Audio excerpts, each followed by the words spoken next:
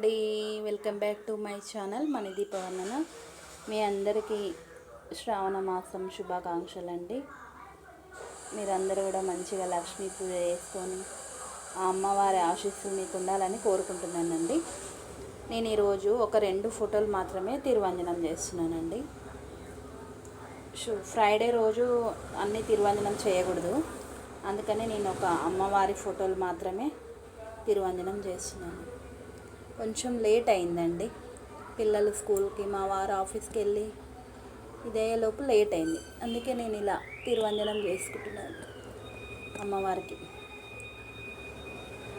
ఇలా రౌండ్గా పెట్టుకోవాలి అమ్మవారి కుంకుమ, పెద్దగా ఉండాలి. ఎంత మంచిగా కనిపిస్తుందో అమ్మవారికి కుంకుమ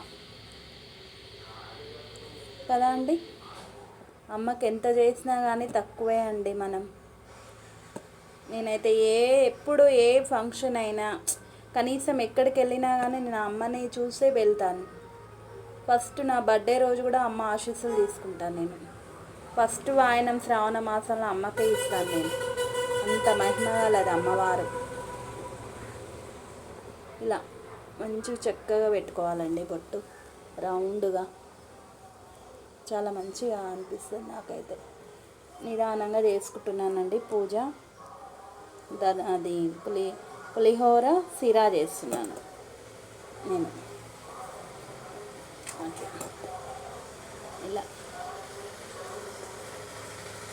రౌండ్గా పెట్టాలి బొట్టు. తిరువంజనం చేస్తున్నాను ఇలా.